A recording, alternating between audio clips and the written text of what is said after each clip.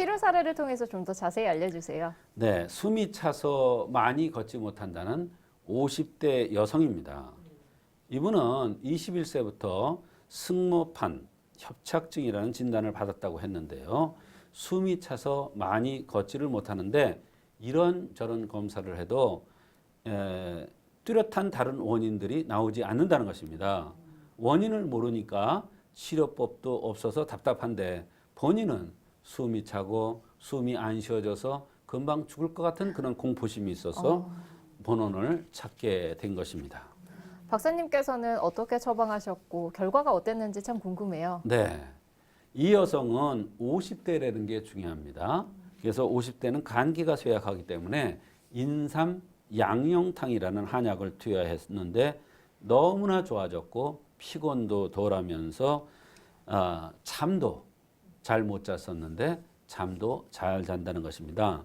이 인삼 양령탕은 50대에 간기가 쇠해서 여러 가지 허로증이 나타날 때 쓰는 한약인데요.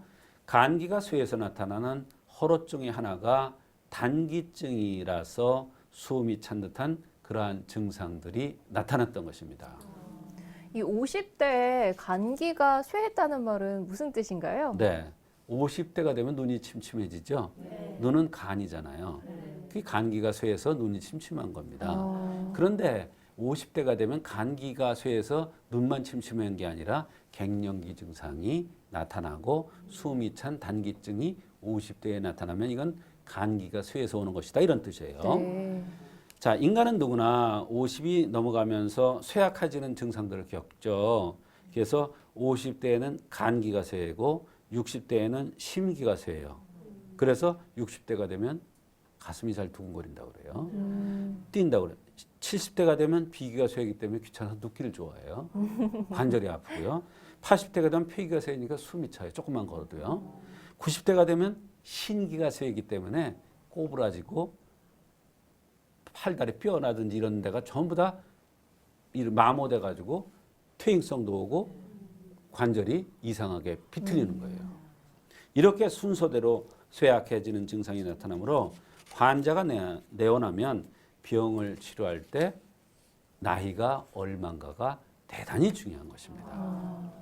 이 같은 증상이라고 하더라도 나이에 따라서 나타난 원인이 다를 수 있는 거군요. 그렇습니다. 이분도 나이를 고려해서 단기증에 맞는 처방을 했더니 결과가 좋았던 것 같아요. 그렇습니다. 그 밖에 또 어떤 것들을 고려해 볼 수 있을까요? 네, 이 여성은 이제 50대라는 게 중요하다고 그랬죠. 네, 그래서 간기가 쇠해진 거라고 생각을 했고 또 조혈 증상이라서 열이 혹 났다 식었다 하는 이런 증상이 있으면서 땀이 나는 증상이 있었습니다.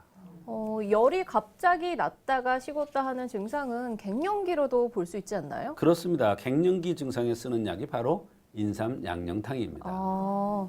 생긴 모습은 혹시 참고하지 않으셨나요? 왜요? 참고를 했죠. 반드시 해야 됩니다. 이 여성이 갸름한 미인형으로 생겼는데 이렇게 생긴 사람들은 간기가 쇠하기 쉬운 체질입니다.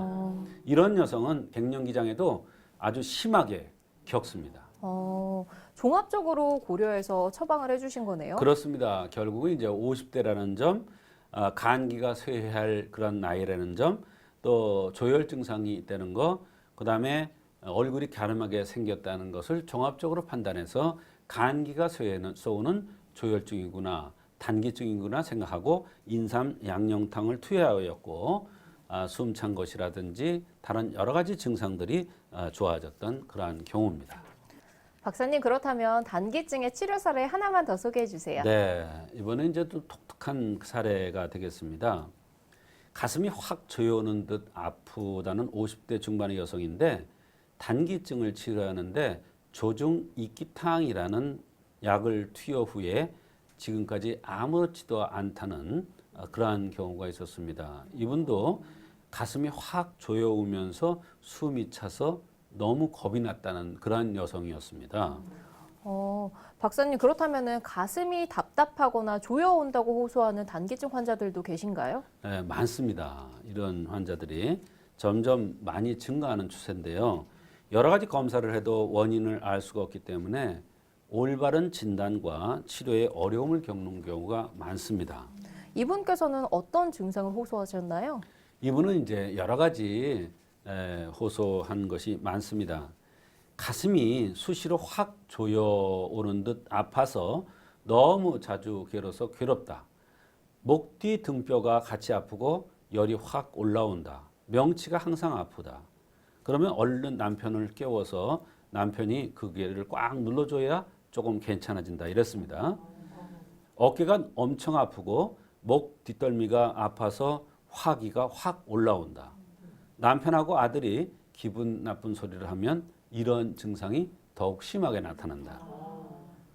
또 기운이 없이 속이 미식거리고 아침에 발바닥이 아프고 여름에는 발목이 시리다. 이렇게 여러 가지 호소하셨고요. 회덮밥을 먹거나 이러면 두드러기가 잘 난대요. 이게 중요한 겁니다. 오스로스 춥기도 하고 또 대변에 백농이라고 그래가지고 곱 같은 게 끼어서 나온다는 게 특징이었습니다. 굉장히 다양한 불편함을 호소하셨는데 어떤 증상부터 치료가 이루어졌나요? 이분한테는 제일 중요한 게 대변에 곱 같은 게 끼어 나오는 거와 두드러기가 심하게 났다는 것이 굉장히 중요한 포인트입니다. 이것을 치료하는 게 바로 조중익탕인데 이 조중익탕이 또 단기증을 치료하는 아주 중요한 약 중에 하나입니다. 그러니까 이분이 가슴이 막 조여오고 이러했던 증상들도 이 두드러기와 대변이 백농이 나오는 것과 연관되는 그러한 경우였었습니다. 치료 결과도 상당히 궁금해요. 네, 두드러기도 치료되었고 백농 나오는 대변에서 이렇게 곡 같은 게 끼어 나오는 현상도 없어졌으면서 동시에 숨이 가쁘고 가슴이 조여오던 단기증도 치료됐던 그러한 사례입니다. 오늘은 천식 기관지와 잘 헷갈리는 단기증에 대해서 알아봤습니다.